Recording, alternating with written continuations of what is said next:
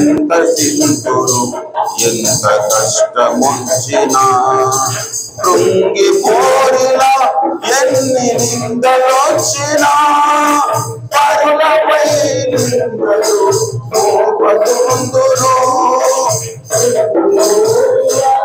ఎన్ని నిందలొచ్చినా పరులపై నిందలు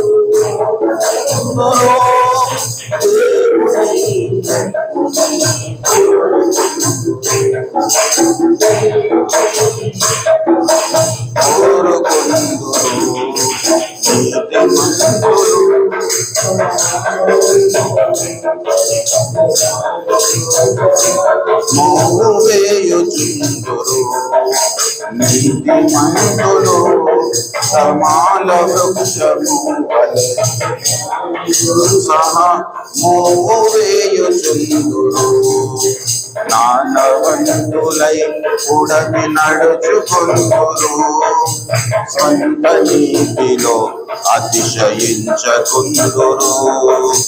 నానవంతులై ఉడమి నడుచుకొందురు స్వంత నీతిలో అతిశయించకుందురు దైవ నీతిని స్థాపింపజోదురు క్రీస్తునే తమకు నీతి ఆదరింతురు దైవ నీతిని స్థాపింపజోదురు తమకు నీతి ఆదరింతురు దైవ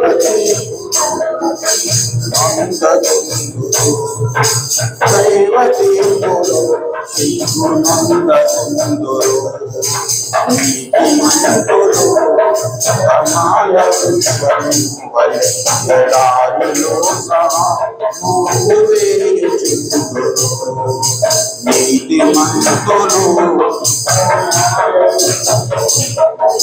ఎడారిలో సహా మోగు వేయుచుందురు కదలకుందురు సియోను కొండవోలే యుద్ధరంగమందున కదలకుందురు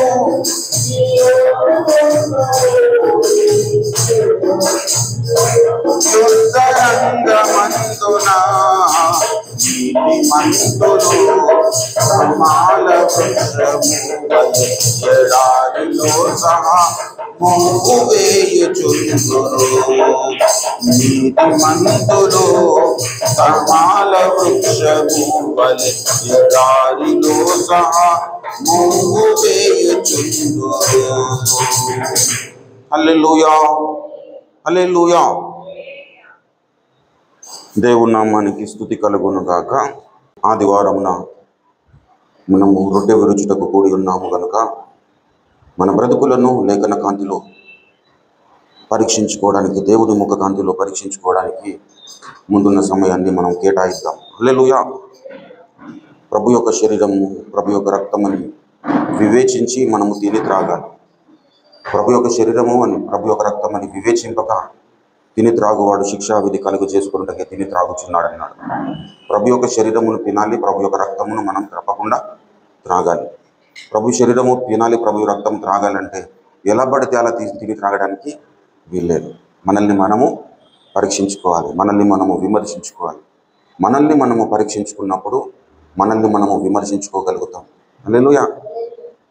మరి చాలామంది గొప్ప గొప్ప వాళ్ళు ఇతరులను పరీక్షించుకోవడం కంటే తమ్మును తామే పరీక్షించుకోవడానికి మరి ఉపక్రమించారు. హల్లెలూయా. దావీదు భక్తుడు అంటాడు, మీరు హేతుకముగా నన్ను ద్వేషించేవారు అనేకులు అని 38వ సంకీర్తనలో చెబుతాడు. 69లోనేమో నిర్నిమిత్తముగా నన్ను దూషించేవారు అనేకులు, వారు నా తల వెంట్రుకలకు మించి ఉన్నారు అన్నాడు అని చెబుతూ, మరి 38లో నేను ఉత్తమమైన దానిని అనుసరించున్నందుకు నాకు శత్రువులైనారని చెబుతూనే మళ్ళీ 69:5లో చెబుతాడు, దేవా నా బుద్ధిహీనత నీకు తెలిసే ఉన్నది. హల్లెలూయా. ప్రభునందు పిల్లరా, మన భక్తి జీవితంలో మనం దావీదును అనుసరించాలి. హల్లెలూయా. మరి దేవుని ముందుకు మనము వెళ్ళడానికి మరి మనం ఉపక్రమిద్దాం. లూకా సువార్త, వైద్యుడైన లూకా వ్రాసిన సువార్త 5వ అధ్యాయము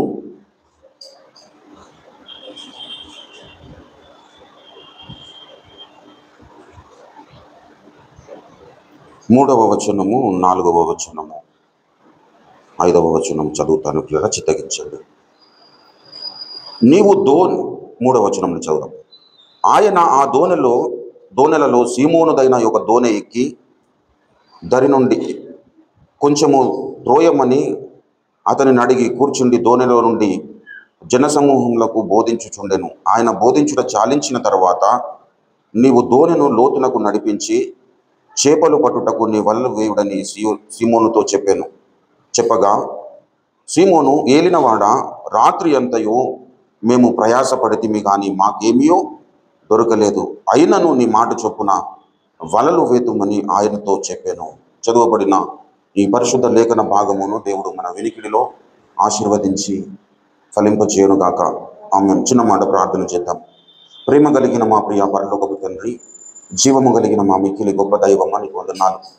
అనంత శక్తి సంపన్నుడా నీకు వందనాలు. గడిచిన నాయన ప్రభు వారము దినములు మా బ్రతుకులలో క్షేమముగా దాటిపోచేసి మరొక నూతన పునరుత్థాన దినమును మా బ్రతుకుల్లో మీరు అనుగ్రహించి ఉదయకాల సమయంలో నీ సన్నిధానములో ప్రభు నా తండ్రి ఆయన చేరడానికి నీవు మాకు అనుగ్రహించిన సకల విధములైన క్షేమకరమైన పరిస్థితులను బట్టి నీకు వందనాలు.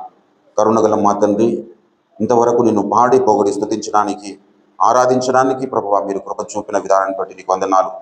ఈ సమయంలో చదవబడిన నీ పరిశుద్ధ లేఖన భాగమును బట్టి నీకు వేలాది వందనాలు, కృతజ్ఞతాస్తుతులు, స్తోత్రములు. ప్రభువా, చదవబడిన ఈ పరిశుద్ధ లేఖన భాగము ద్వారా మాతో మీరు మాట్లాడండి. కన్న తండ్రి, మా అందరితో ప్రభు మీరు మాట్లాడండి.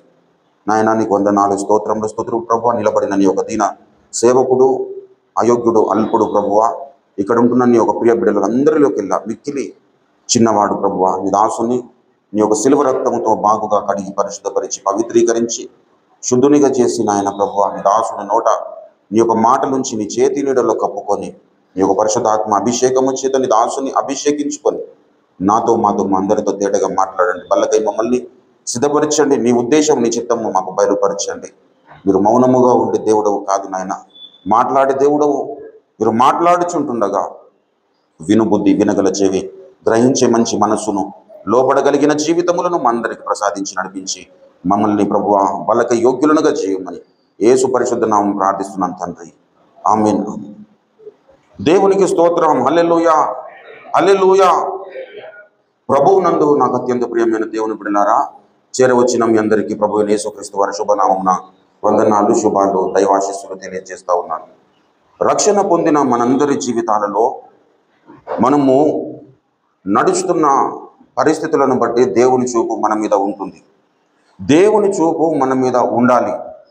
అది ఎలా ఉండాలి అంటే, మరి దేవునికి ఇష్టకరంగా ఉన్న పరిస్థితులు ఉంటే మనము దీవింపబడతాం పిల్లరా. దేవుని చూపు మన మీద ఉన్నది కానీ ఆయన అసహించుకునే చూపు మన మీద ఉండద్దు. ఆయన మన మీద జాలి పడేటి చూపు మన మీద ఉండాలి. ఆయన మనల్ని దగ్గరికి తీసుకునే విధంగా ఆయన చూపు మన మీద ఉంటే మనకు క్షేమము. ఎప్పుడైతే మనము రక్షణ పొందినామో, రక్షణ పొందిన మనందరి జీవితాలలో ఇంకా రక్షణ పొందినాం కదా, ఇంకా పరలోకానికి వెళ్ళిపోతాము, ఇంకా దేవునితో నిత్యత్వం అంతా మనం కలిసి ఉంటాము అనేది మాత్రమే దేవుని ప్రణాళిక కాదు పిల్లరా. దేవుని ప్రణాళికలో 2 ఘట్టాలను మనం చూస్తాం. ఒకటి ఏంటంటే, ఎప్పుడైతే మానవుడు దేవునికి శత్రువైపోయినాడో అతన్ని దేవుని కుటుంబంలోనికి చేర్చుకోవడం. దేవుని కుటుంబంలో నుండి వెలివేయబడ్డాడు ఆదాము చేసిన దోషమును బట్టి. ఆ వెలివేయబడిన ఆదాము సంతానమును తిరిగి తన కుటుంబంలోనికి చేర్చుకోవడానికి దేవుడు సిలువలో బలి అయినాడు, తన రక్తమును కార్చాడు. ఆ రక్తమందు ఎవరైతే విశ్వాసం ఉంచారో, ఆయన యందు ఎవరైతే విశ్వాసం ఉంచారో వారు ఆ విశ్వాసమును బట్టి దేవుని కృపచేత రక్షింపబడ్డారు. మీరు విశ్వాసము ద్వారా కృపచేతనే రక్షింపబడి ఉన్నారు. ఇది మీ వలన కలిగినది కాదు, దేవుని వరము అన్నాడు ఎఫెసీ పత్రిక 2లో. ప్రభునందు పిల్లల, దేవుని కృపచేత మనము రక్షింపబడ్డాము. ఇంకా అంతవరకే మనము సరిపోయింది అనుకోదు. దేవుని కుటుంబంలో చేర్చబడ్డాము, కానీ దేవుని కుటుంబంలో మనము నమ్మకస్తులము కావాలి. హల్లెలూయా. మోషే దేవుని ఇల్లంతటిలో నమ్మకమైన వాడు. హల్లెలూయా. మోషే దేవుని ఇల్లంతటిలో నమ్మకమైన వాడంటే మోషే ఒక్కడే ఉన్నాడా? అనేక మంది ఉన్నారా? దేవుని ఇంటిలో అనేక మంది ఉన్నారు, కానీ మోషే నా ఇల్లంతటిలో నమ్మకమైన వాడన్నాడు. దేవుని చూపు మన మీద ఉండాలి. అది దేవుడు మనల్ని ఆదరించే చూపు మనకు దేవునికి మన మీద కలగాలి పిల్లలు. హక్కున చేర్చుకునే విధంగా దేవుడు మన దగ్గరికి రావాలి. దేవుడు మన మీద జాలి పడే విధంగా ఉండాలి మన బ్రతుకులు. రక్షణ పొందిన మనందరి జీవితాలలో ఒకటేమో ఆయన కుటుంబంలో చేర్చబడము, ఇంకొక పరిస్థితి ఏంటంటే ఆయనకు ఇష్టలముగా మారడం. హల్లెలూయా. ఆయన ప్రతిబింబాలుగా మారడం. రక్షణ పొందిన వారందరూ దేవుని ప్రతిబింబాలుగా మారలేరు పిల్లల. కానీ రక్షణ పొందిన వారందరికీ దేవుడు తప్పకుండా ఆయన ప్రతిబింబాలుగా మారడానికి అవకాశాలు ఇస్తూ ఉంటాడు. హల్లెలూయా. కాబట్టి ఆయనను గురించి మరి కీర్తనకారుడు చెబుతాడు, ఆయన కృప, ఆయన దీర్ఘశాంతుడు, కృపా సమృద్ధి గలవాడు. 103వ కీర్తనలో మరి ఆయన చెబుతాడు. 103వ కీర్తనలోనికి మీరు వచ్చినట్లయితే 103వ కీర్తన దయచేసి, యెహోవా దీర్ఘశాంతుడు, ఆయన కృపా సమృద్ధి గల దేవుడు అని చెబుతాడు. దయచేసి 8వ వచనము, యెహోవా దయా దాక్షిణ్య పూర్ణుడు, దీర్ఘశాంతుడు, కృపా సమృద్ధి కలిగిన దేవుడు. హల్లెలూయా. కృపా సమృద్ధి కలిగిన దేవుడు పిల్లర మన దేవుడు. ఎటువంటివంటే కృపా సమృద్ధి అంటే ఆయన దగ్గర కృప ఉన్నది. ఆయన దగ్గర కృప ఉన్నది. ఆ కృప సమృద్ధికరమైనదిగా ఉన్నది. విలాప వాక్యములో కూడా మనము చూస్తాం ఆ మాట. దయచేసి విలాప వాక్యముల గ్రంథము 3వ అధ్యాయములోనికి మీరు వచ్చినట్లయితే మరి అక్కడ మనం చూస్తాం.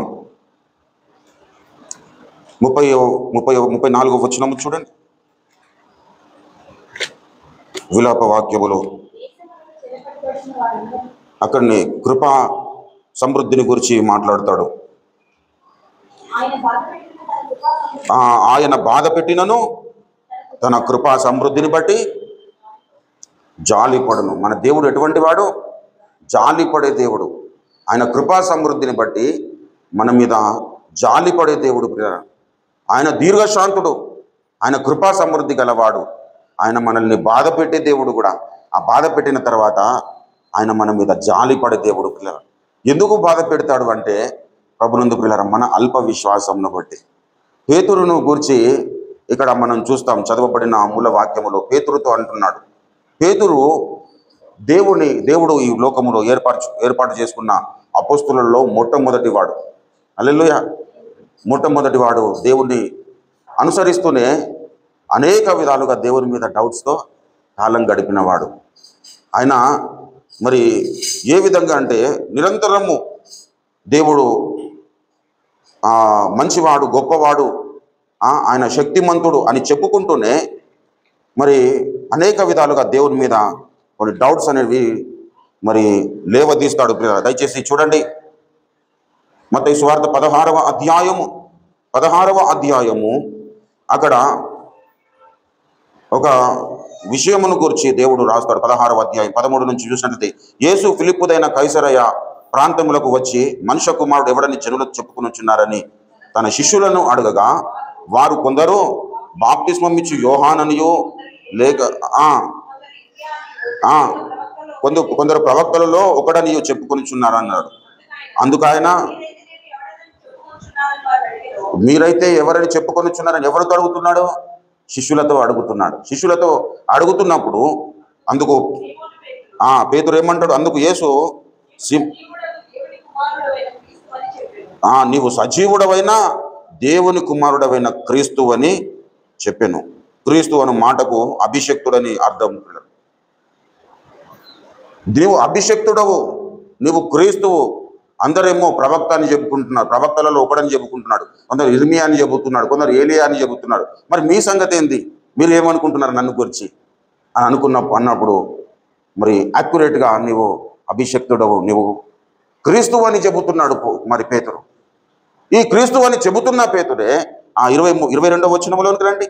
పేతురు ఆయన చేయి పట్టుకుని, ప్రభువా అది నీకు దూరమగును గాక, అది నీకెన్నడగును కలుగదని ఆయనను గద్దింపసాగాను. చూడండి పిల్లలు, యేసయ్యను విశ్వసిస్తున్నాడు, కానీ యేసుక్రీస్తు ప్రభువారు నేను అంటున్నాడు, నేను చనిపోతాను, నేను చనిపోకపోతే మీకు రక్షణ కలుగదు అని ఆ ముందున్న వచనాల్లో మరి యేసుక్రీస్తు ప్రభువారు చెబుతున్నప్పుడు అప్పుడు చూడండి 21వ వచనం, అప్పటి నుండి తాను యెరూషలేమునకు వీళ్ళ పెద్దల చేతను ప్రధాన యాజకుల చేతను శాస్త్రుల చేతను అనేక హింసలు పొంది చంపబడి 3వ దినమున లేచుట అగత్యమని యేసు తన శిష్యులకు తెలియజేయ మొదలు పెట్టగా ఒక విషయాన్ని తెలియజేస్తున్నాడు. ఈ లోకానికి నేను ఎందుకు వచ్చాను, దేవుడు నన్ను ఎందుకు పంపించాడు అనే విషయాన్ని శిష్యులతో తెలియజేస్తున్నప్పుడు వెంటనే అక్కడ పేతురన్న రెస్పాండ్ అయ్యి, ఇది నీకు ఎప్పుడు కూడా జరగడానికి వీల్లేదు, ఇది నీకు దూరం అగునుగాక అంటున్నాడు. దేవుడు ఎవరో ఆయన తెలుసుకున్నాడు, కానీ దేవుని చిత్తము ఏంటో దేవుడు బయలుపరుస్తున్నప్పుడు మాత్రము ఇది నీకు దూరం అగునుగాక అంటున్నాడు. అంటే విశ్వాసమే ఉన్నది, కానీ అప్పుడప్పుడు అల్ప విశ్వాసంతో కొనసాగుతూ ఉన్నాడు. వెంటనే యేసయ్య అంటాడు, సాతానా నువ్వు నా వెనుకకు పొమ్ము. 23 చూడండి. అయితే ఆయన పేతురు వైపు తిరిగి, సాతానా నా వెనుకకు పొమ్ము, నీవు నాకు అభ్యంతర కారణమై ఉన్నావు, నీవు మనుషుల సంగతులనే తలంచుచున్నావు కానీ దేవుని సంగతులను తలంపకై ఉన్నావని పేతురుతో చెప్పాను.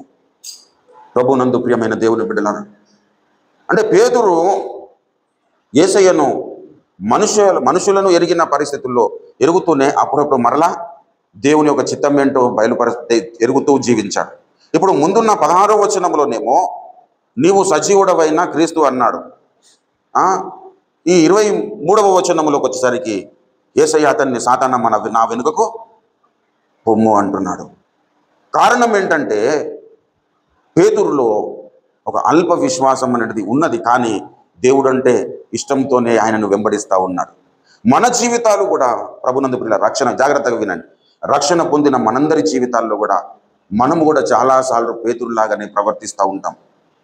దోణిని దియ్యవయ్యా నువ్వు లోపలికి పంపించానంటే ఏమన్నాడు, మేము రాత్రంతా కష్టపడ్డాము కానీ మాకు ఏది దొరకలేదు అని చెబుతూనే అయినను నీ మాట చొప్పున చేసేదము అన్నాడు. అల్ప విశ్వాసం ఉన్నది, కానీ దేవుని మీద ఆనుకున్నాడు పిల్ల. అల్ప విశ్వాసముతో ఉన్నాడు, కానీ దేవుని విడిచిపెట్టలేదు. అల్ప విశ్వాసముతో కొనసాగుతున్నాడు, కానీ దేవుడు అంటే ప్రేమతో నింపబడ్డాడు పిల్లల పేతురని. వలనలన్నిటి విడిచిపెట్టేసి వెంటనే యేసయ్యను వెంబడించిన భక్తులలో మొట్టమొదటి వాడు. హల్లెలూయా. చూడండి, 5వ అధ్యాయం, లూకా 5వ అధ్యాయములో 5వ అధ్యాయము 11వ వచనంలో చూడండి, వారు దోణెలను దరికి చేర్చి సమస్తమును విడిచిపెట్టి ఆయనను వెంబడించిరి. ప్రభునందు ప్రియులారా, దేవుణ్ణి సమస్తమును విడిచిపెట్టి వెంబడించిన శ్రేష్ఠ భక్తుడు మరి పేతురు పిల్లరా. అలాంటి శ్రేష్టమైన భక్తుడు ఒకానొక గడియలోకి వచ్చేసరికి ఆయన మీద అల్ప విశ్వాసము చూపుతూనే వచ్చాడు. చాలాసార్లు మనం చెప్పుకున్నాం, యేసయ్యను సిలువకు అప్పగింపబడ్డప్పుడు యేసయ్య అంటాడు, నువ్వు ముమ్మారు అబద్ధం ఆడుతూ అన్నాడు. అప్పుడు ఓ చిన్నదే జరుగుతుంది, ఆయన శిష్యులలో ఈయన ఒకడు అన్నప్పుడు నేను కాదంటాడు. కోడు కూసే వరకు 3 సార్లు అబద్ధం ఆడతాడని చెప్పాడు. 3 సార్లు అబద్ధం ఆడాడు, కానీ యేసయ్యను విడిచిపెట్టలేదు పిల్ల. అదేవిధంగా మనం చూస్తాం, యేసయ్య సిలువ వేయబడిన తర్వాత కూడా ఆయన ఇంకా మన కొరకు ఒక మాదిరికరమైన జీవితాన్ని చూపించాడని చెప్పేసి ఆయనను అనుసరించాలన్న మైండ్ సెట్ లోపల ఉన్నప్పటికీ మరలా వలలు పట్టుకొని చేపలు వేటకు వెళ్తాడు. దయచేసి చూడండి, 21వ అధ్యాయం, యోహాను సువార్త 21వ అధ్యాయము దయచేసి మొదటి వచనం నుంచి చూడండి. అటు తర్వాత యేసు తిబేరియా సముద్ర తీరమున శిష్యులకు మరలా తన్ను ప్రత్యక్షపరచుకొనెను. ఇది చనిపోయి లేపబడిన తర్వాత ప్రత్యక్షపరచుకొనెను. ఆయన తన్ను ప్రత్యక్షపరచుకొనిన విధమేదనగా సీమోను పేతురును దిదుమ అనబడిన తోమయు గలిలయలోని నతనీయేలును జెబెదయి కుమారులను ఆయన శిష్యులలో మరి ఇద్దరును కూడి ఉండిరి. సీమోను పేతురు నేను చేపలు పట్టుట పోదునని వారితో అనగా. చూడండి, 3.5 సంవత్సరాలు యేసయ్యను పక్కన ఉండి ఆయన చేసిన అద్భుతాలను చూశాడు. ఈయన కొన్ని అద్భుతాలను చేశాడు, ఈయన కొందరు రక్షణలోనికి నడిపించాడు. అనేక విధాలుగా యేసయ్యను పక్కనే ఉండి చూసిన తర్వాత 3.5 సంవత్సరాలు అయిపోయింది. ఇంకా ఆయనను సిలువ వేసిన తర్వాత ఇంకా మాకు దిక్కేం లేదు అని అనుకొని ఒక అల్ప విశ్వాసిలాగా అందరేమో అక్కడ కూడి ఉన్నప్పుడు ఈయన అందరితో ఏమంటున్నాడు, నేనైతే ఇక చేపలు పట్టడానికి పోతానంటున్నాడు. ప్రభునందు ప్రియులరా, మన యోగ్యతను బట్టి కాదు, ఆయన ఉన్నతమైన వ్యక్తిత్వమును బట్టి మనము గొప్పవారముగా తీర్చబడతాం పిల్లలు. పేతురులో అల్ప విశ్వాసము మనం కనబడుతూనే ఉన్నది, కానీ యేసయ్య ఆ అల్ప విశ్వాసము కంటే ఆ అల్ప విశ్వాసమును ఒకటే చూడలేడు.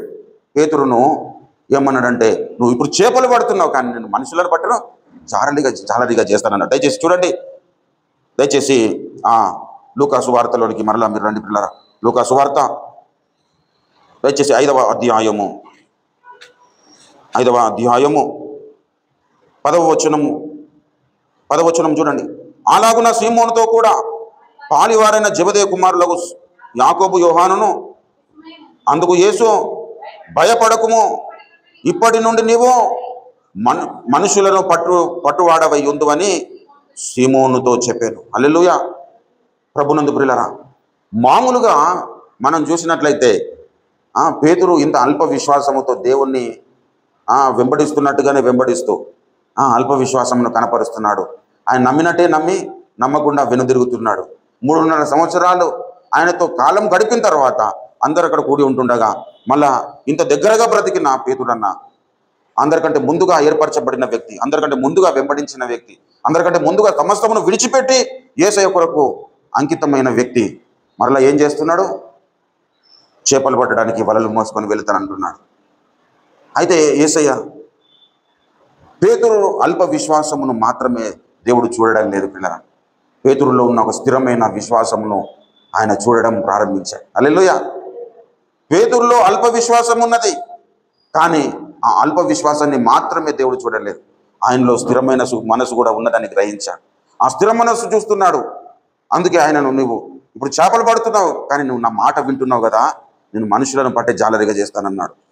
ప్రభునందు ప్రియులారా, మనము ఒకప్పుడు దేవునికి దూరస్తులము, అన్యాయము చేసిన వారము, అక్రమంగా నడుచుకున్న వారం, దేవుని దృష్టికి శత్రువులము, ఈ లోక ధర్మము చొప్పున మనం బ్రతికినాం. తీతుకు రాసిన పత్రికలో మరి అపొస్తలుడైన పౌలు భక్తుడు ఒక మాటను చెబుతాడు. దయచేసి చూడండి, తీతు పత్రిక 3వ అధ్యాయము. మన బ్రతుకులు ఎలాంటివంటే 3వ అధ్యాయం 3వ వచనంలో చూడండి. ఎందుకనగా మనము కూడా మునుపు అవివేకులము, అవిధేయులమును, మోసపోయిన వారమును, నానా విధములైన దురాశలతోనూ భోగములకును దాసులమునై ఉండి దుష్టత్వమునందును అసూయందును కాలము గడుపుచు అసహ్యులమై ఒకరినొకడం ద్వేషించుకొనుచుంటివి. మన బ్రతుకును చెబుతున్నాడు పిల్లలు. ఒకప్పుడు మనము, మునుపు అంటే ఒకప్పుడు పిల్లలు, రక్షణకు ముందు మన బ్రతుకులు ఎలాంటివి, ఎలా ఉన్నాం, ఎలా జీవనాన్ని సాగిస్తున్నాం? దేవుని దృష్టికి అసహ్యులముగా ఉన్నాము, అవిధేయులముగా ఉన్నాము. ఈ అవిధేయులంగా ఉన్నాం ఒకప్పుడు, కానీ ఇప్పుడు దేవుని దగ్గరికి వచ్చిన మనం అందరము విధేయులము కావాలి. ఒకప్పుడు అల్ప విశ్వాసముగా ఉన్నాం, కానీ ఇప్పుడు మనుషులను పట్టే జాలరుముగా తయారు కావాలి. హల్లెలూయా. 2 కోణాలలో దేవుని యొక్క ఉద్దేశం మన జీవితంలో సఫలీకృతం కావాలి పిల్లలు. మొట్టమొదటిగా మనము మునుపు చచ్చిన స్థితిలో ఉన్నాము, ఇప్పుడు దేవుని కుటుంబంలో బ్రతికినాం. ఈ దేవుని కుటుంబంలో బ్రతికింపబడిన మనమందరము దేవుని ఇల్లంతటిలో నమ్మకస్తులము కావాలి. హల్లెలూయా. ఈ నమ్మకస్తులముగా కావడానికి మనలో ఉన్న విశ్వాసము అప్పుడప్పుడు అల్ప విశ్వాసముగా మారిపోతుంది. మనలో ఉంటున్న విధేయత అప్పుడప్పుడు అవిధేయతకు దారి తీస్తుంది. మనము కొన్నిసార్లు దేవునికి దూరస్తులం అయిపోతాం. దేవుణ్ణి అనుసరించలేని పరిస్థితుల్లో మన జీవనాన్ని సాగిస్తుంటాం. దేవుడు చెప్పింది ఒకటైతే మనం ఇంకొక మార్గంలో ప్రయాణం చేస్తాం. దేవుడు లోకమును వేరే జీవించమంటుంటే మనం లోకముతో స్నేహం చేస్తాం, లోకముతో మమేకం అవుతాం. కానీ అంత మాత్రం దేవుడు విడిచిపెట్టాడు పిల్లలు. ఆయన ఎటువంటి వాడంటే కృప చూపుటలో ఐశ్వర్యవంతుడు. హల్లెలూయా. ఆయన కృపా సమృద్ధిని బట్టి మనం జాలిపడే దేవుడు పిల్లలు. పేతురులో అవిశ్వాసం ఉన్నది, అల్ప విశ్వాసం ఉన్నది, కానీ పేతురును దేవుడు విడిచిపెట్టలేడు. పేతురు అనేకులకు మాదిరికరంగా జీవనాన్ని సాగించేటట్లుగా తనను దేవుడు బలపరిచాడు. అనేక మంది రక్షణకు కారకుడయ్యాడు. కొర్నేలి ఇంటి దగ్గర ఎంతమంది రక్షణ పొందారు? అనేకులు రక్షణ పొందారు. కొర్నేలి పేతురును పిలుచుకొని అక్కడ సువార్త ప్రకటించుకునే విధంగా పేతురు ఎదిగిపోయాడు. ఒక అల్ప విశ్వాసి, కానీ అనేకులను ప్రభావితం చేయగలిగినాడు. మన జీవితాలు కూడా పిల్లరా పేతురులాగా మనం అడపాదడప విశ్వాసం నుండి తొలగిపోతాం, అంటే దేవుని మీద అపనమ్మిక కలిగి ఉంటాం. కానీ పేతురు చూయించిన ఒక శ్రేష్టమైన పద్ధతి మనము చూయించగలిగితే మనము ధన్యులం. పేతురు కనపరిచిన ఒక శ్రేష్టమైన అత్యున్నతమైన పరిస్థితి ఏంటంటే లూకా సువార్తలోనికి రండి. లూకా సువార్త దయచేసి చదువుకున్న మూలవాక్యంలోనే చెబుతాడు పిల్లరా. దయచేసి చూడండి 5వ వచనం. సీమోను, ఏలినవాడ, రాత్రి అంతయు మేము ప్రయాసపడితిమి కానీ మాకేమీ దొరకలేదు, అయినను నీ మాట చొప్పున వలలు వేతుమని ఆయనతో చెప్పి. మనలో అవిశ్వాసము కలుగుతుంది, అవిధేయత కలుగుతుంది, కానీ మనము దేవుని వైపు చూసినప్పుడు నా చిత్తము కాదు ప్రభువా నీ చిత్తం అనే తలంపు మనలో ఉండాలి. ఈ ఆలోచన ఎవరిలోనైతే ఉంటుందో దేవుడు ఎప్పుడు కూడా వాళ్ళని విడిచిపెట్టాడు పిల్లలు. ఏనాటికి విడిచిపెట్టాడు. నువ్వు ఎన్నిసార్లు తప్పిపోయినా నీ కొరకు ఎదురు చూస్తూనే ఉంటాడు. యేసయ్య అంటాడు, దినమంతయు నీ కొరకు చేతులు చాపు ఎదురు చూస్తున్నాడు. ప్రభునందు ప్రియులారా, మనము కొన్ని టైమ్స్లో మనం ఎలా మారిపోతామంటే మనలో ఉంటున్న విశ్వాసము అల్ప విశ్వాసముగా మారుతుంది. యేసయ్య నీళ్ళ మీద నడుస్తున్నప్పుడు కూడా మనం చూస్తాం. నీళ్ళ మీద నడుస్తున్నప్పుడు యేసయ్య పేతురు ఏమన్నాడు, నేను కూడా నిజం దేవుడు అయితే నన్ను కూడా నడిపించాను అన్నప్పుడు సరే రమ్మని అంటాడు. అప్పుడు దోణి దిగి నడుస్తూ ఉంటాడు. యేసయ్యను చూసినంత కాలము సమయము మునిగిపోవడానికి అవకాశం లేకుండా ఒక ఆరిన నేల మీద నడిచినట్టుగా నీళ్ళ మీద నడిచాడు. కానీ గాలి తుఫాను ఎప్పుడైతే చూశాడో మునిగిపోవసాగాడు. లోకములో ప్రియులారా, మనము యేసు వైపు చూస్తున్నంత కాలము మనం మునిగిపోవడానికి అవకాశం లేకుండా దేవుడు మనల్ని కాపాడుతూ ముందుకు నడిపిస్తాడు. మనం ఎప్పుడైతే లోకము వైపు మనం చూస్తామో, శరీరాశల వైపు చూస్తామో, నేత్రాశల వైపు చూస్తామో, దేవుడు ఏర్పరచుకున్న దానికి విరోధముగా మనం ఎప్పుడైతే మన జీవితంలో అడుగులు వేస్తామో అప్పుడు మనం మునిగిపోవడానికి అవకాశం ఏర్పడుతుంది. ఆ మునిగిపోతున్న క్రమంలో కూడా పేతురు ఏమంటాడు, అయ్యా నేను మునిగిపోతున్నా, నన్ను కాపాడమన్నప్పుడు దేవుడు, అరే నువ్వు తుఫాను వైపు చూసినావు కదా, మునిగిపో అనలేడు యేసు. నువ్వు అక్కడ చూస్తావు కాబట్టి మునిగిపోతున్నావు, అదే నా వైపు చూస్తే నువ్వు సరిగ్గా నడవగలుగుతావు అని ఒక పాఠం నేర్పించడానికి దేవుడు మరలా అతన్ని లేవనెత్తాడు. ప్రభునందు ప్రియులారా, మన జీవితంలో మనం ఒక విషయాన్ని అనుసరించాలి. ఏంటంటే మనము ఎలాంటి పరిస్థితుల్లో మనం కాలం గడుపుతున్నా నా చిత్తము కాదు. మనము చాలాసార్లు అనుకుంటాం నా ఆలోచన నెరవేర్చుకోవాలి. ఆశ కలిగి మనం దేవుని సన్నిధానంలో ఉంటే ఆశ కలిగిన ప్రాణంలో దేవుడు తృప్తిపరుస్తాడని లేఖనము కిందికి నా బ్రతుకును తీసుకురావాలని ప్రయత్నం చేస్తూ ఉంటారు. యేసయ్య అన్నాడు కదా, ఆశగా కలిగి ఉన్న ప్రాణంలో నేలతో నింపుతాను, ఆశ కలిగిన ప్రాణములను తృప్తిపరుస్తానని. సో ఆశ కలిగిన ప్రాణములు తృప్తిపరచడం అనేది చేస్తాడు దేవుడు. కానీ ఆయన చిత్త ప్రకారంగా చేస్తే మనము మునిగిపోకుండా ఉంటాం. పిల్లలు చాలామంది ఏం చేస్తారంటే, దేవా నాకు ఇది కావాలి అది కావాలని దేవుని దగ్గర ఉపవాసం ఉండి స్ట్రైక్ చేస్తారు. స్ట్రైక్ చేసినప్పుడు సరే నా కుమారుడే కదా ఆశపడుతున్నాడు, దానివల్ల వీనికి మేలు కాదు, కానీ వీడు ఆ మేలు చేయకపోతే చచ్చేటట్టు ఉన్నాడని చెప్పేసి దేవుడు ఆశీర్వదిస్తాడు. తర్వాత అది పొందుకున్న తర్వాత అనేకమైన నష్టాలను కొని తెచ్చుకున్న తర్వాత అయ్యో నాకు ఇది ఉండకపోతే నాకు బాగుండును అని అనుకునే ఆలోచనకు వచ్చినప్పుడు దేవుడు మళ్ళా ఆయనను దర్శించి, నేను అందుకే ఇవ్వద్దు అనుకున్నాను కానీ నువ్వు స్ట్రైక్ చేసావు కాబట్టి ఇచ్చాను అంటాడు దేవుడు. అలా మరలా దేవుడు దగ్గరికి తీసుకున్నాడు. ఆయన కోపపడినను ఆయన జాలి చూపుతాడు. పిల్లలు హల్లెలూయా. ఆయన కోపపడతాడు, కానీ కోపపడిన తర్వాత మరలా జాలి చూపకుండా మనల్ని విడిచిపెట్టే దేవుడు కాదు. పేతురు జీవితంలో అనేకమైన పరిస్థితులు వచ్చినప్పటికీ పేతురును దేవుడు రక్షిస్తూనే వచ్చాడు. పేతురు గొప్పతనం కాదు, దేవుని గొప్పతనం. అందుకే మరి యోహాను భక్తుడు తన సువార్తలో చెబుతాడు. దయచేసి యోహాను సువార్త మొదటి అధ్యాయము దయచేసి 16వ వచనములో చూడండి. ఆయన పరిపూర్ణతలో నుండి మనమందరము కృప వెంబడి కృపను పొందితిమి. హల్లెలూయా.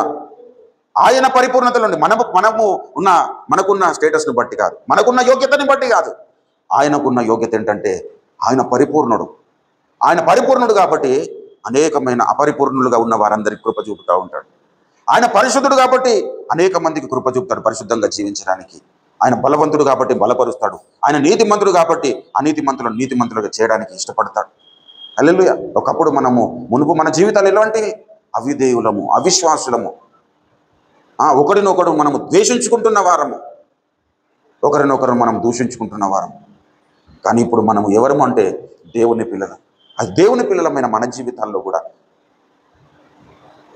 అల్ప విశ్వాసం అనేది ఉంటూనే ఉంటుంది. పిల్లలు ఈ అల్ప విశ్వాసం ఉంటుంది పేతురులాగా, కానీ పేతురులాగా అల్ప విశ్వాసము వరకే మనం ఉండకూడదు. పేతురులో ఇంకొక లక్షణం ఉంది, ఏంటంటే అయినను నీ మాట చొప్పున చేశాడు. హల్లెలూయా. చాలామంది పేతురులో ఉన్న అల్ప విశ్వాసము వరకే ఆగిపోతూ ఉన్నారు.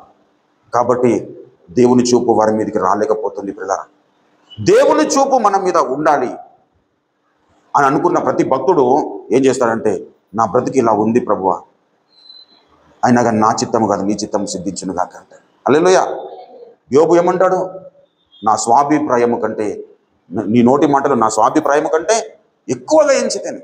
అంటే నా అభిప్రాయం ఒకటి ఉన్నది, కానీ ఆ అభిప్రాయము కంటే నీ అభిప్రాయమే, నీ మాటలే శ్రేష్టమైనవని యోబు భక్తుడు నమ్ముతాడు. దయచేసి చూడండి, యోబు కావ్య ప్రవచన గ్రంథము 23వ అధ్యాయము దయచేసి ఆయన 12వ వచనం. నా ఈ మాటలు ఎందుకు అంటున్నాడు? ఒక్కసారి మీరు 10వ వచనం చూడండి. నేను నడుచు మార్గం ఆయనకు తెలియను, ఆయన నన్ను శోధించిన తర్వాత. ఇప్పుడు ఇప్పుడు 12వ వచనం 12లో ఏం చెప్తున్నాడు? నా నోటి మాటలు కంటే నా స్వాభిప్రాయం కంటే ఆయన నోటి మాటలు నేను ఎక్కువగా ఎంచుతుంది అంటున్నాడు. ఈ మాట ఎప్పుడు అంటున్నాడు అంటే అంతకుముందున్న పరిస్థితి ఏదో జరిగింది. ఏంటంటే నేను నడుచుతున్న మార్గంలో కొన్ని పరిస్థితులు ఏర్పడ్డాయి. ఆ పరిస్థితుల్లో దేవుడు నన్ను ఏం చేశాడు? శోధించాడు. శోధించిన తర్వాత నేను సువర్ణము వలె మారుదునన్నాడు. హల్లెలూయా. అంటే కొన్ని పరిస్థితులు ఎదుర్కొన్న తర్వాత ఆయనకు ఒక ఆలోచన కలిగింది, ఒక జ్ఞానోదయం కలిగింది. అరే, నా ఆలోచన ప్రకారంగా నడుచుకున్నాను, నేను శోధింపబడ్డాను, నేను వేధింపబడ్డాను. ఈ వేదనలో శోధనలో దేవుడు నన్ను విడిచిపెట్టకుండా ఆ శోధనలన్నీ నా జీవితంలో అనుమతించిన తర్వాత నేను ఎలా మారిపోతానంటే నేను ఒక సువర్ణము వలె మారిపోతాను అని చెబుతూ 11లో ఏం చెప్తాడు? నా పాదములు ఆయన అడుగు జాడలు విడవక నడిచింది. 10లోనేమో నా మార్గంలో ఆయనకు తెలుసు అన్నాడు. 11లోనేమో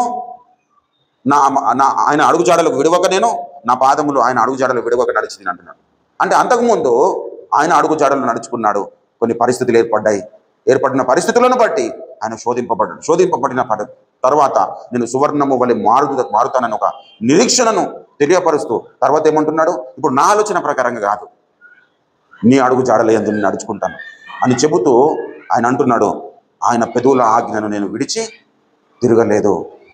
ఆయన నోటి మాటలు నా స్వాభిప్రాయము కంటే ఎక్కువగా ఎంచుతుంది. మన అభిప్రాయాలు ఉంటాయి పిల్లరా, కానీ దేవుని అభిప్రాయానికి పెద్దపీట వేయాలి మన జీవితంలో. రక్షణ పొందిన వానికి ఉన్న తేడా ఈజీగా మనం చెప్పగలుగుతాం. వీడు దేవుని మాటకు విధేయుడవుతున్నాడా, లేదంటే వీడు స్వాభిప్రాయంకి ఎక్కువగా విధేయుడవుతున్నాడా? ఆ ఒక్క విషయం చాలు పిల్లరా, మన దేవుడి చూపు మన మీద ఉండాలా లేదా ఉండకూడదని నిర్ణయించడానికి. హల్లెలూయా. మన అడుగుజాడలలో, మన నడతలలో, మన క్రియలలో, మన ఆలోచనలో, మన తలంపుల్లో దేవుని యొక్క చిత్తానికి పెద్దపీట వేస్తున్నామా, లేదంటే మన స్వచిత్తానికి పెద్దపీట? పేతురుకు ఒక ఆలోచన ఉంది, కానీ అయినను నీ మాట చొప్పున చేస్తాను. హల్లెలూయా. అయినను నీ మాట చొప్పున చేస్తాను ప్రభు. మనకు కొంత అవిధేయత అనేది సంభవిస్తుంటుంది, కానీ ఆ అవిధేయతలో మనం కొనసాగుతూ, ప్రభువా నేను అవిధేయుడని, కానీ నేను విధేయుడని అవ్వాలన్న ఆశ నాకున్నది అని నువ్వు కోరుకున్నప్పుడు దేవుడు నిన్ను విధేయుని చేస్తాడు. నీకు బలహీనతలో మనం ఉంటాము, కానీ బలవంతుని అయినా నీ మాట చొప్పున నేను జీవిస్తానని అనుకున్నప్పుడు దేవుడు తప్పకుండా నేను బలపరుస్తాడు పిల్లలు. ఆయన కృపచూపుడులో ఐశ్వర్యవంతుడు. ఎవరిని కూడా ఆయన మరి దూరం చేసుకోవాలనుకోడు పిల్లరా. ప్రతి ఒక్కరూ తన స్వరూపములోనికి మార్చాలనుకుంటాడు. హల్లెలూయా. రక్షింపబడిన ప్రతి విశ్వాసి దేవుని పోలికలోనికి, దేవుని స్వరూపంలోనికి మార్చబడాలి. ఎందుకు దేవుని స్వరూపంలోనికి, దేవుని పోలికలో ఎందుకు మార్చబడాలంటే ఒకప్పుడు దేవుని పోలికలో దేవుని స్వరూపంలో నిర్మాణం చేశాడు కాబట్టి. హల్లెలూయా. అది కోల్పోయాడు ఆదాము. ఆ కోల్పోయిన పరిస్థితిని తిరిగి మరలా కలుగజేయడానికి మధ్యలో ఒక వారధిగా, ఒక బ్రిడ్జిగా యేసయ్య తన జీవితాన్నే మన కొరకు ధారాళంగా ధారపోశాడు. హల్లెలూయా. అయితే ఆయన అనుసరిస్తూ ఎప్పుడైతే నడుచుకుంటామో మనం జీవితంలో తప్పకుండా ఒక మోషే లాంటి పరిస్థితిని సంతరించుకోవడానికి అవకాశం ఉంటుంది. మనకు ఒక అవకాశం ఇస్తాడు దేవుడు. ప్రతి విషయంలో మారు మనసు పొందడానికి తప్పకుండా అవకాశం ఇస్తాడు. మారు మనసు పొందిన వారు ధన్యులు అవుతారు, మారు మనసును పొందని వారు దేవునికి శత్రువులుగా మారిపోతారు. రక్షణ పొందిన వారందరూ దేవుని ఇంటిలో నమ్మకస్తులా కాదు. రక్షణ పొందిన వారందరిలో చాలా మంది దేవునికి ఇంకా శత్రువులుగానే బ్రతుకుతున్నారు.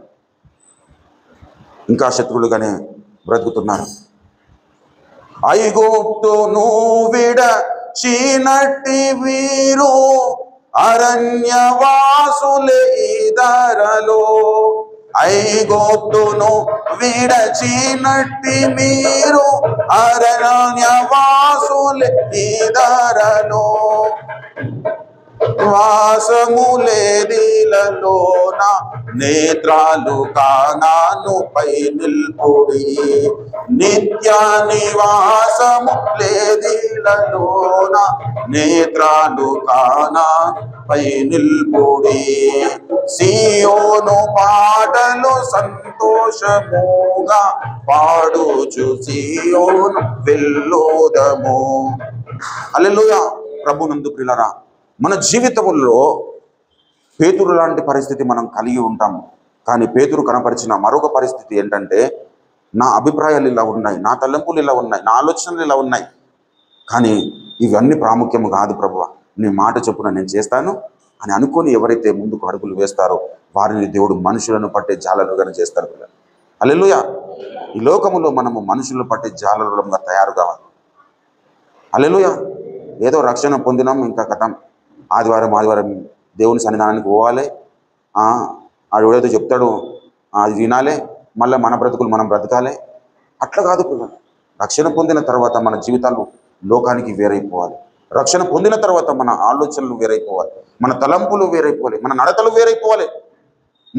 మనం అంతవరకు కలిగి ఉన్న ప్రేమకు ఆ తర్వాత రక్షణ పొందిన తర్వాత కలిగి ఉన్న ప్రేమకు వ్యత్యాసం ఉండాలి.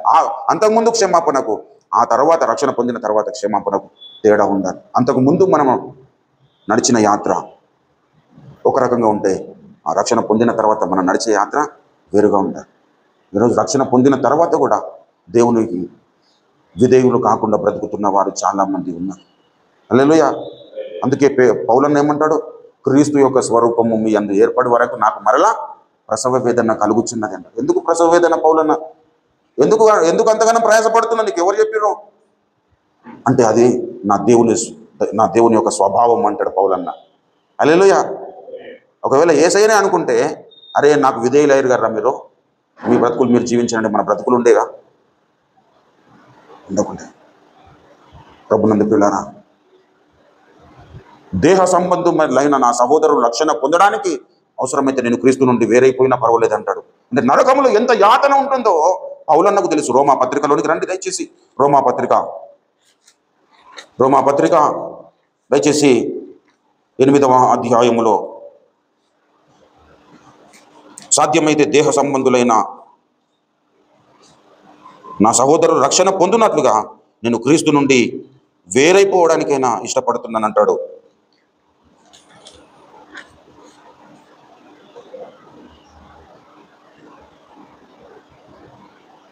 9వ అధ్యాయము 1వ వచనం, నాకు బహు దుఃఖమును నా హృదయములో మానని వేదనయు కలదు.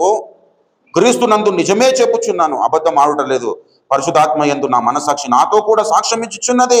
సాధ్యమైన ఎడల దేహ సంబంధులైన నా సహోదరుల కొరకు నేను క్రీస్తు నుండి వేరై శాపగ్రస్తుడనై ఉండకూడదును.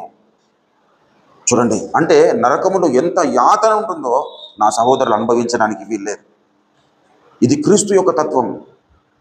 ప్రభునందు ప్రియులారా, యేసయ్య ఈ లోకానికి ఏ విధంగా వచ్చాడు? దేవునితో సమానముగా విడిచిపెట్టకూడని భాగ్యమని ఎంచుకొనక ఆ మనుషుల పోలికగా పుట్టాడు. దాసుని స్వరూపమును ధరించుకున్నాడు. ఫిలిప్పీ పత్రిక దయచేసి చూడండి. ఫిలిప్పీ పత్రిక 2వ అధ్యాయము 7వ వచనం, మనుషుల పోలికగా పుట్టి దాసుని స్వరూపమును ధరించుకొని తను తానే రిక్తునిగా చేసుకొనెను. మరియు ఆయన ఆకారమందు మనుషులను కనబడి మరణము పొందినంతగా, అనగా శిలువ మరణము పొందినంతగా విధేయత చూపిన వాడై తను తాను తగ్గించుకున్నాడు. కాబట్టి ఆయన జీవితము ఎలా తీర్చిదిద్దాడంటే దేవుడు, అందుచేత పరలోకమందున్న వారిలో కానీ, భూమి మీద ఉన్న వారిలో కానీ, భూమి క్రింద ఉన్న వారిలో కానీ ప్రతి వాని మోకాలు యేసు నామమున వంగునట్లును, ప్రతి వాని నాలుక తండ్రి అయిన దేవుని మహిమార్థమే యేసుక్రీస్తు ప్రభువు అని ఒప్పుకొన్నట్లును దేవుడు ఆయనను అధికముగా హెచ్చించి ప్రతి నామమునకు పై నామము ఆయనకు అనుగ్రహించాను. హల్లెలూయా. ప్రభునందు ప్రియులారా, మనల్ని మనము దేవుని కొరకు ఖాళీ చేసుకోవాలి. నాకున్నదంతా ఖాళీయే ప్రభువా, ఏదైతే ఉన్నదన్నాడంటే నువ్వు ఒక్కొని ఉన్నావు నా జీవితం. హల్లెలూయా. అందుకే దైవజనుడు యెహోవాయే నా సకల బంధువర్గము అని ఒక పాటలో చెబుతాడు. అంటే మనము ఏ బంధాలను ఈ లోకంలో కల్పించుకుంటామో అవన్నీ మనల్ని ఒకనాడు మనల్ని గాయపరుస్తాయి. ఏ పరిస్థితుల మీద మన జీవితాలను బిల్డ్ చేసుకుంటామో ఆ పరిస్థితులన్నీ మారిపోతాయి. ఏ దాన్ని బట్టి మనము గర్వంగా బ్రతుకుతామో అవన్నీ మనల్ని ఒక టైంకు విడిచిపోతాయి. కానీ ఎప్పుడైతే యెహోవాయే నా సకల బంధువర్గం అని ఎవరైతే ముందుకు సాగుతారో వారు పేతురు వల్లే మనుషులను పట్టు జాలరుగా తయారవుతారు. హల్లెలూయా. దేవుని ఇల్లంతటిలో నమ్మకమైన మోషే లాంటి వ్యక్తులు తయారవుతారు. రక్షణ పొందిన మనం అందరము ప్రియులరా, ఏదో నార్మల్ లైఫ్ లీడ్ చేయడానికి కాదు దేవుడు మనల్ని ఏర్పాటు చేసుకుంది. మనం ఒక మోషేలాగా తయారవ్వాలి, మనం ఒక దావీదులాగా తయారవ్వాలి, మనం ఒక దానియేలులాగా తయారు కావాలి, మనం ఒక మరియ లాంటి దేవునికి దాసురాలైన మరియ లాంటి వ్యక్తులను తయారు కావాలి. పిల్ల మరియా అనుకుంటే లోకం వైపు చూస్తే లోకమంతా నిందిస్తారని తెలియదా మరియకు? లోకమంతా నన్ను భయంకరంగా నన్ను దూషిస్తారు, ద్వేషిస్తారు, అనేకమైన మాటలు అంటారని మరియకు తెలుసు. కానీ మరియ ఏమంటారు తెలుసా? ప్రభువా నేను నీ దాసురాలను, నీ చిత్త ప్రకారంగా జరుగును గాక అని. ఆ పరిస్థితుల్లో బ్రతుకుతున్న క్రైస్తవులు ఎంతమంది యేసయ్య మన కొరకు లోకానికి వచ్చి లోకంలో రిక్తునిగా బ్రతికాడు, రిక్తునిగా చేసుకొని లోకానికి వచ్చాడు. ఒక పశువుల పాకలో జన్మించాడు. ఐశ్వర్యవంతుడిగా జన్మించాలంటే జన్మించేవాడే. కానీ అందరూ నా దగ్గరికి రావాలంటే నేను బీదవానిగా బ్రతకాలి, బీదవానిగా జీవించాలి. తన స్వహస్తాలతో కష్టపడ్డాడు, కుటుంబ పోషణ చేశాడు, కుటుంబాన్ని పోషించుకున్నాడు. ఒక మాదిరికరమైన లైఫ్ లీడ్ చేసి మనుషులందరి కొరకు తన ప్రాణములు పెట్టాడు. ఆ ప్రాణం పెడుతున్నప్పుడు కూడా ఏదో నార్మల్గా ఒక నిమిషంలో ప్రాణం పోయిన క్రమము కాదు ప్రియులారా. మండు టెండలో మన కొరకు దెబ్బలు తిన్నాడు, పిడిగుద్దులు తిన్నాడు, ఉమ్ము వేయించుకున్నాడు. రక్తము ఏరులై కారుతుంటుండగా ఆ సిలువను మోస్తూ ఆ కొండ ఎక్కాడు ప్రియులారా.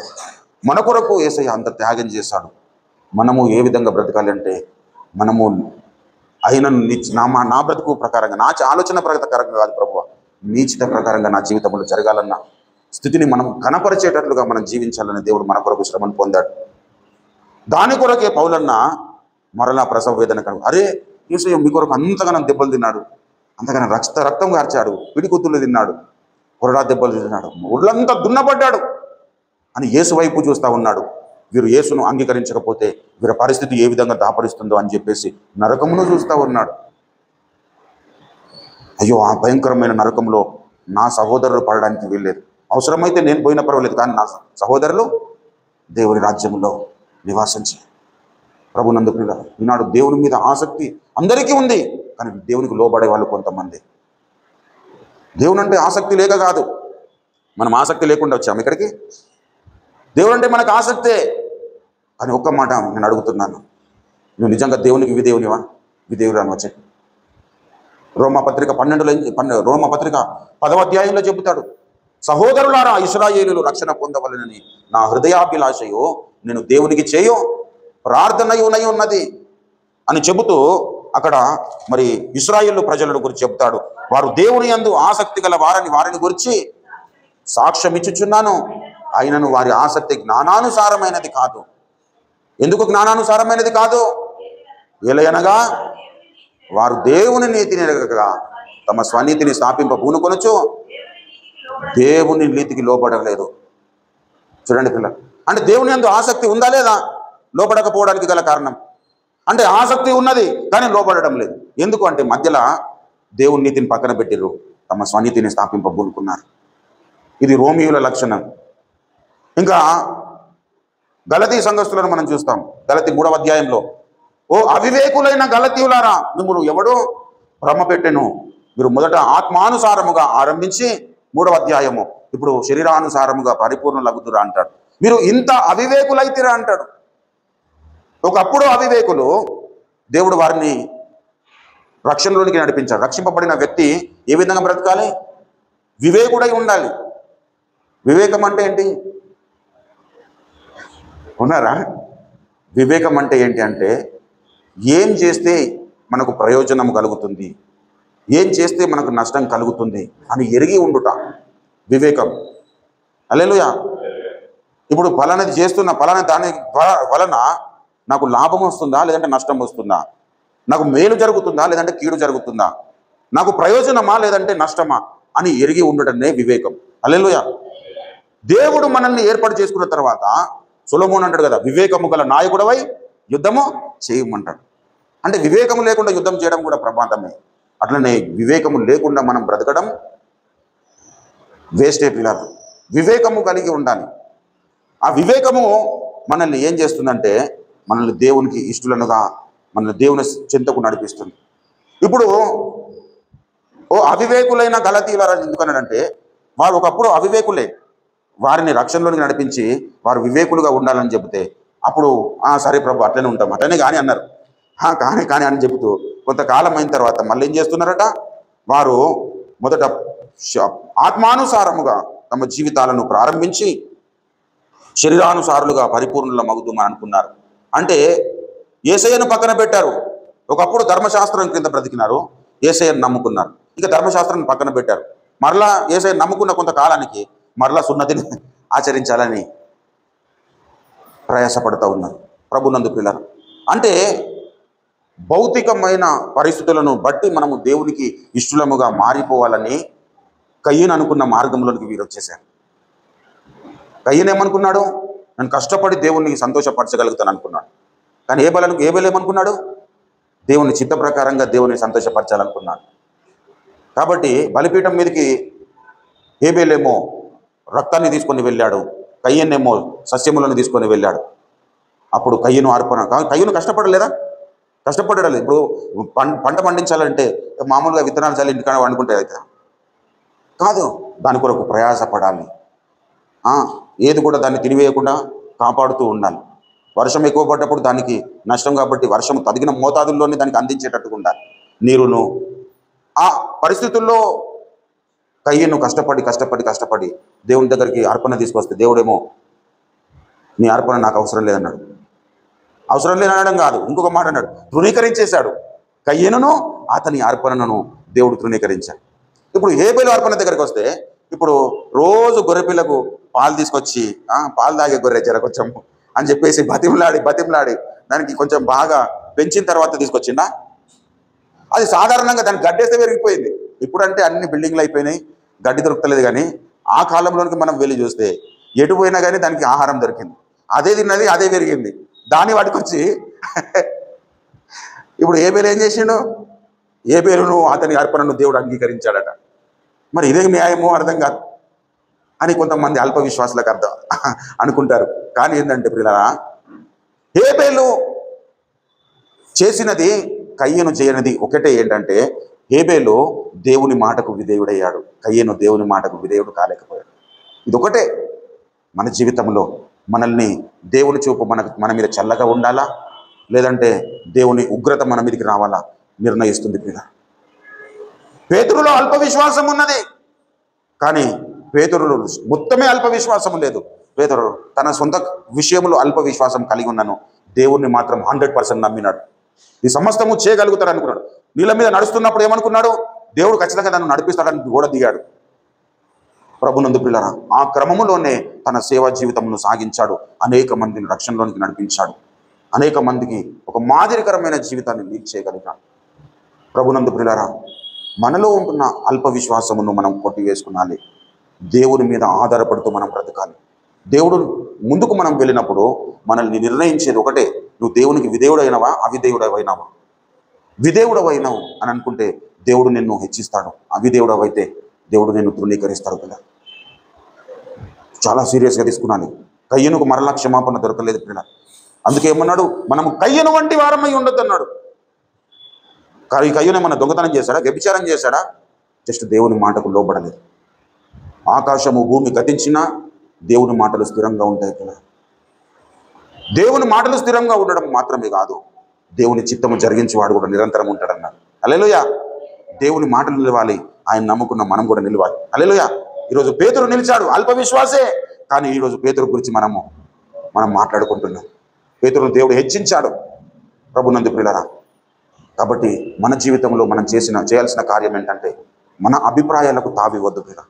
మన అభిప్రాయాలకు తావిస్తే మనం నష్టపోతాం. దేవుని అభిప్రాయాలకు మనం తావిస్తే దేవుడు మనల్ని నిలబెడతాడు ప్రియులారా.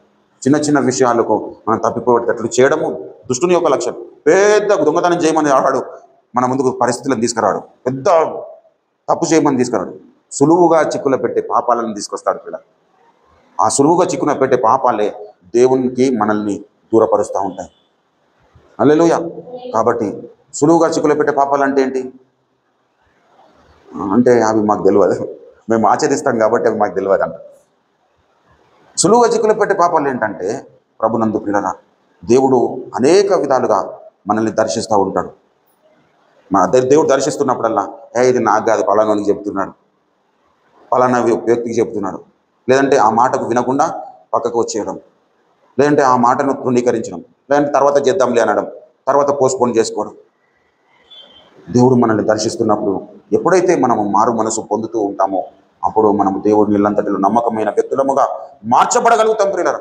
దేవుని ఇల్లులో మనము నమ్మకమైన వ్యక్తులుగా మార్చడానికే దేవుడు సిలువలో బలి అయినాడనే విషయాన్ని మనం మర్చిపోవద్దు. హల్లెలూయా, మర్చిపోవద్దు ప్రియులారా. ఏదో రక్షణ పొంది పరలోకం తీసుకుపోవడానికి కాదు. అదేమన్నా ఎట్లా పడితే అట్లా నివసించే లోకం కాదు.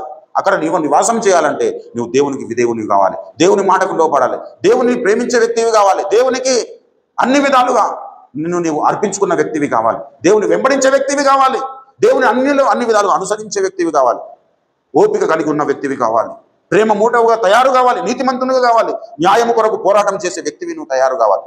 అలాంటి పరిస్థితి ఎవరికైతే ఉంటుందో వారి కొరకు పరలోకం ఉంది. హల్లెలూయా. ఇక్కడ ఉన్న వాళ్ళందరూ అక్కడికి యాజ్ ఇట్ ఈస్గా అక్కడికి పోతే అక్కడ కూడా మళ్ళా ఇదే పరిస్థితి క్రియేట్ చేస్తారు. కాబట్టి అక్కడికి వెళ్ళేటప్పుడు మనకు అక్కడికి వెళ్ళాలంటే ఒక స్థిరమైన నిశ్చయత మనకు ఉండాలి. అక్కడికి నేను వెళ్ళే వ్యక్తినైతే యేసయ్య ఎలాంటి ప్రేమ చూపాడో మనం ఈ లోకంలో అనేకులకు అలాంటి ప్రేమను కనపరిచాలి. యేసయ్య ఎలాంటి వ్యక్తుల మీద ఆయన కనికరం ఉంచాడు, కరుణించాడు. ఒక స్త్రీ వ్యభిచారము చేత పట్టబడిన స్త్రీ, ఆయనను యేసయ్య ఏమన్నాడు? అమ్మా అని పిలిచాడు. మనం పిలుస్తామా? ఎవడన్నా మనకు ప్రైజ్లాడు చెప్పకపోతే మళ్ళీ ఇంకా నెక్స్ట్ వీక్ ఆయనకి మనం ప్రైజ్లాడు చెప్పాం. వెంటనే వాళ్ళ రివెంజ్ ఎట్లా అంటే, ఎవడన్నా మనకు ఎవరన్నా అందరిని పిలుచుకొని ఏదో మీటింగ్ పెట్టుకున్నాడు, అందరిని పిలుచుకున్నాడు, ఎవరన్నా మర్చిపోయారంటే కథం ఇక పరిస్థితులు తారుమారు చేసేస్తారు. అట్లా అది వ్యక్తిత్వం కాదు పిల్లరా. మనల్ని మనము ఖాళీ చేసుకున్నాలి. మనల్ని మనము ఖాళీ చేసుకున్నప్పుడు ఆయనను సరిగ్గా వెంబడించగలుగుతాం. మనల్ని మనం నింపుకున్నప్పుడు ఆయన వెంబడించడం అసాధ్యం పిల్లలు. మనం ఖాళీగా ఉన్నప్పుడు ఆయన నింపుతూ ఉంటాడు. హల్లెలూయా. అందుకే మత్తయి వారు ఏమన్నాడు? మిమ్ములు ఆయనను వెంబడించాలంటే ఆయన ఒక పరిస్థితిని కలిగి ఉండమన్నాడు. దయచేసి 16వ అధ్యాయము 24 చూడండి. మత్తయి సువార్త 16:24.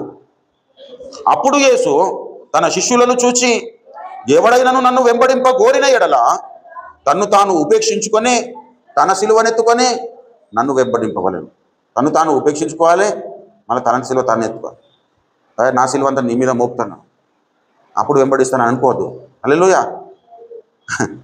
ప్రయాసపడి భారం మోసుకొచ్చిన సమస్త జనుల నా యొద్దకు రండి, నేను మీకు విశ్రాంతిని కలుగజేస్తానన్నాడు. వచ్చిన తర్వాత ఏమన్నాడు? పిలిచినట్టు పిలిచి మళ్ళా నా కాడి మోయుడు అన్నాడు. ఆయన కాడి మోయాలి ప్రియులరా. ఆయన కాడి నువ్వు ఇష్టంగా మోసినప్పుడు అది తేలికగా ఉంటుంది, కష్టంగా మోస్తే అది భారముగా ఉంటుంది ప్రియులరా. అంటే కాడి అంటే ఏంది? ఆయన మాటలు, ఆయన ఉద్దేశాలు, ఆయన ఆజ్ఞలు, ఆయన విధులు, ఆయన చూపించిన బాటలో మనం నడవడము ఆయన కాడి పిల్లలు. ఆ కాడిని ప్రభు చెప్పాడు, నేను పరిశుద్ధుడనై ఉన్న ప్రకారము మీరు పరిశుద్ధులై ఉండు అన్నాడు. పరిశుద్ధుడనై ఉంటాగానే నాకు కొన్ని పరిస్థితులు ఉన్నాయి అని అనుకుంటే నీకు ఆ పరిశుద్ధుడుగా ఉండు అనే మాట నీకు భారంగా కనిపిస్తుంది. నా యేసయ్య పరిశుద్ధుడు కాబట్టి నేను కూడా పరిశుద్ధంగా జీవించడానికి నేను ప్రయత్నం చేస్తాను, దాని కొరకు నా ప్రాణం పోయినా పర్వాలేదు, నేను అపవిత్రతను నోచుకున్నాను అనుకున్నప్పుడు అది నీకు సులువైన కాడిగా ఉంటుంది. హల్లెలూయా. కాబట్టి ఆయనను వెంబడించాలి. వెంబడిస్తున్న క్రమంలో మనల్ని మనము ఏదో మోసుకొని ఆయనను వెంబడించద్దు. హల్లెలూయా. యేసయ్య శిష్యులను బయటకు పిలిచినప్పుడు ఏమన్నాడు? మీకు ఉన్న షర్ట్స్ మీ బట్టలు కూడా వదిలేసి రమ్మన్నాడు. నువ్వు వేసుకున్న బట్టలతోనే రమ్మన్నాడు. ఈనాడు ప్రియులారా ఆయన వెంబడిస్తున్నామని చెప్పుకుంటున్నాం, మనం అందరం ఆయన అనుసరిస్తున్నామని చెప్పుకుంటున్నాం. కానీ నేను అనే తత్వంను విడిచిపెట్టలేకపోతున్నాం, నాది అనే తత్వంను విడిచిపెట్టలేకపోతున్నాం. యేసయ్యలాగా క్షమాపణ మనలో ఉందా? యేసు ఆదరించినట్లుగా మనం ఆదరిస్తున్నామా? యేసయ్య ఇతరుల ఎడల కనపరిచిన ప్రేమను మనం కనపరచగలుగుతున్నాం ప్రభునందు ప్రియులారా. అలా అయితే మనము చాలా దేవునికి దూరంగా బ్రతుకుతున్నామని అర్థం. ఎప్పుడైతే మనము దేవుడు చూపిన ప్రేమ మనము చూపగలుగుతామో, దేవుడు నడిచిన మార్గములో మనం నడవగలుగుతామో, అప్పుడు దేవునికి సన్నిహితులం అవుతాం. అప్పుడు దేవుడు మనతో ఎలాంటి బాంధవ్యం కలిగి ఉంటాడంటే మనముతో అన్యోన్యత కలిగి ఉంటాడు. ఆయన వెలుగులోనున్న ప్రకారము మనము వెలుగులో నడిచిన ఎడల మనము అన్యోన్య సహవాసము కలిగి యుందుము అని చెబుతూ, అప్పుడు మన యేసుక్రీస్తు ప్రభు యొక్క రక్తము ప్రతి పాపము నుండి మనల్ని పవిత్రులుగా చేయును అని అన్నాడు. 1 యోహాను పత్రిక దయచేసి 1వ అధ్యాయము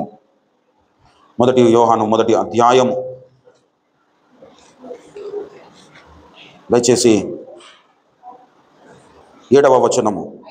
అయితే ఆయన వెలుగులోనున్న ప్రకారము మనమును వెలుగులో నడిచిన ఎడల మనము అన్యోన్య సహవాసము గలవారమై ఉందుము. అప్పుడు ఆయన కుమారుడైన యేసు రక్తము ప్రతి పాపముల నుండి మనలను పవిత్రులుగా చేయి. అంటే ఆయనతో అన్యోన్యత లేకపోతే ఆయన రక్తము మనల్ని పవిత్రపరచ లేదు అని చెబుతున్నాడు పరోక్షంగా. ఆయన వెలుగులో ఉన్న ప్రకారము మనము వెలుగులో నడిచిన ఎడలన్నాడు. ఈ నడుస్తున్న క్రమంలో మనం కొంత చీకటి అంటుకుంటుంది, కానీ ఆయన వెలుగులో ఉన్నాడు, నేను వెలుగులోనే నడుస్తున్నాను అనే అనుభవంలో నడిస్తే తప్పకుండా నిన్ను దేవుడు క్షమిస్తాడు, నిన్ను కడుగుతాడు, నిన్ను పవిత్రపరుస్తాడు. కానీ ఆయన వెలుగులో ఉన్నాడు, నేను చీకటిలో నడుస్తున్నాను అని అనుకున్నాం అనుకో, ఆయన రక్తము నీకు క్షేమము ఇవ్వదు పిల్లలు. హల్లెలూయా. ఆయన రక్తము మనల్ని కడగాలి అంటే ఆయనతో అన్యోన్యత మనకు ఉండాలి. ఎట్లా అంటే తప్పిపోయిన కుమారుడు ఏం చేశాడు? ఇంకా మొత్తం చూశాడు, ఎక్కడ కూడా ఆధారం లేదు, ఇంకా తండ్రి దగ్గరికి వెళ్తే నేను క్షేమము అనుకున్నాడు కదా. అట్లా మనం ఏం చేయాలంటే, నేను నా అవిధేయతను బట్టి, నా అవిశ్వాసమును బట్టి, నా మూర్ఖతను బట్టి నేను నడుచుకున్నాను, కానీ నీకంటే క్షేమాధారం ఏది లేదు నాకు ప్రభువా అని దేవునికి ఎప్పుడైతే మనల్ని మనము అప్పగించుకుంటామో అప్పుడు తప్పకుండా మనం నమ్ముకున్న దేవుడు నమ్మకమైన వాడు. ఆయన తన దగ్గరికి ఎవరైతే వస్తారో వారందరికీ దేవుడు తప్పకుండా కృప చూపుతారు. ఎవడు నా యుద్ధకు వచ్చుడు నేనే మాత్రము త్రోసివేయనన్నాడు. త్రోసివేయకుండా మనల్ని హక్కున చేర్చుకుంటాడు, హక్కున చేర్చుకొని మనల్ని ప్రయోజకులను చేస్తాడు. కాబట్టి మన నీతి మీద మనం ఆధారపడద్దు పిల్లలు, స్వనీతి మీద ఆధారపడద్దు, దుర్నీతి మీద ఆధారపడద్దు. దుర్నీతి మీద ఆధారపడి బిలాము తన ఒక గొప్ప వ్యక్తిత్వాన్ని మరి భ్రష్టు పట్టించుకున్నాడు. అవునా? బిలాము దుర్నీతి వలన కలుగు బహుమానం మీద దృష్టి పెట్టాడు, దేవునికి దూరస్తుడయ్యాడు. దేవునికి దూరముగా, హింసకుడుగా, దూషకుడుగా, దేవుని ప్రజలకు హానికరుడుగా ఉన్న పౌలన దేవుని మీద దృష్టి పెట్టి విశ్వసింపబో వారందరికీ మాదిరిగా అయ్యాడు. హల్లెలూయా. ఏది గొప్పది? ఉన్న మహిమను కోల్పోయిన వాడు భ్రష్టుడు, లేని మహిమను ఉన్న పరిస్థితులను విడిచిపెట్టి దేవుని మహిమ కొరకు, దేవుని చిత్తము కొరకు ఎవరైతే ముందుకు సాగుతారో వారు కూడా పౌలులాగా అందరికీ ప్రయోజనకరమైన వ్యక్తులుగా తయారవుతారు. మనం ఒకప్పుడు ప్రయోజనకరులము కాదు పిల్లరా, కానీ ఇప్పుడు మనము ప్రయోజనకరులము కావాలి. ఒకప్పుడు మనము అవిధేయులము, ఇప్పుడు దేవునికి విధేయులము కావాలి. ఒకప్పుడు అల్ప విశ్వాసులము, ఇప్పుడు స్థిర విశ్వాసులము కావాలి. ఇలా మనం ఎప్పుడైతే మనం ముందుకు సాగుతామో దేవుడు తప్పకుండా మనల్ని ఆశీర్వదిస్తాడు పిల్లరా. హల్లెలూయా. అలాంటి క్రమములో మనం ముందుకు సాగుతాం. తన మహా ఐశ్వర్యమును బట్టి కృప వెంబడి కృపను దేవుడు మనకు చూపాడు. మన గొప్పతనం కాదు, ఆయన గొప్పతనం. మనము అల్పులమే, కానీ ఆయన గొప్పవాడు.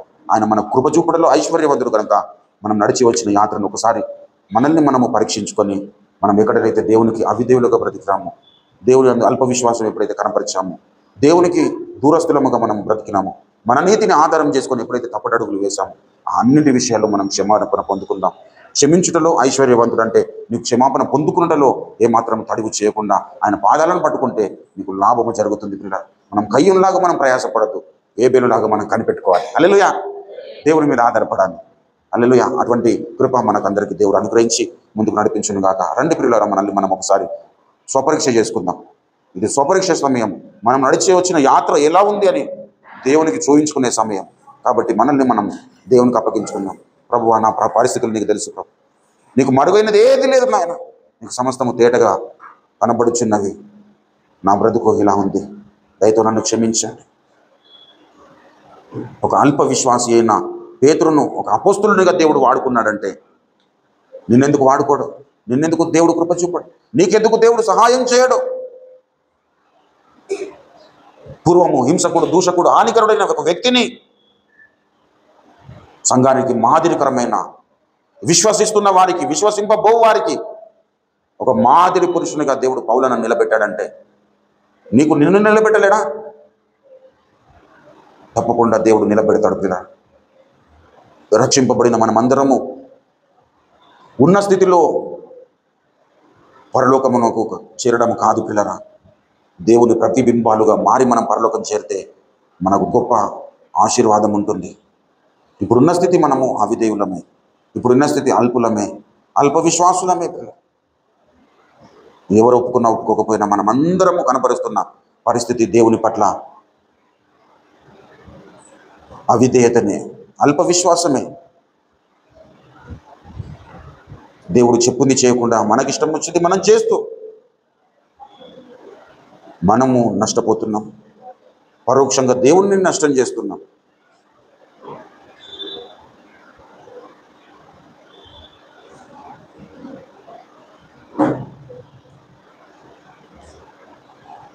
నీ ఆలోచనలు ఎలా ఉన్నాయి, నీ తలంపులు ఎలా ఉన్నాయి, నీ క్రియలు ఎలా ఉన్నాయి, ఒకసారి స్వపరీక్ష చేసుకుందాం.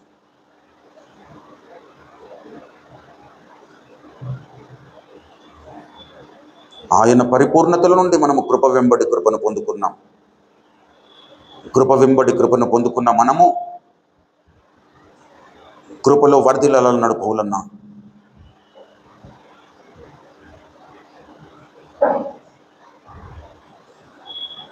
కృపను నిరర్ధకము చేయొద్దన్నాడు.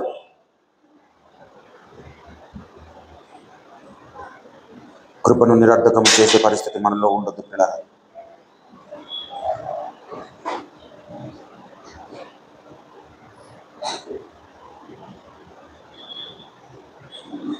నువ్వు దేవుని సన్నిధానానికి ఆత్మ సంబంధిగా వస్తున్నావా, శరీర సంబంధిగా వస్తున్నావా?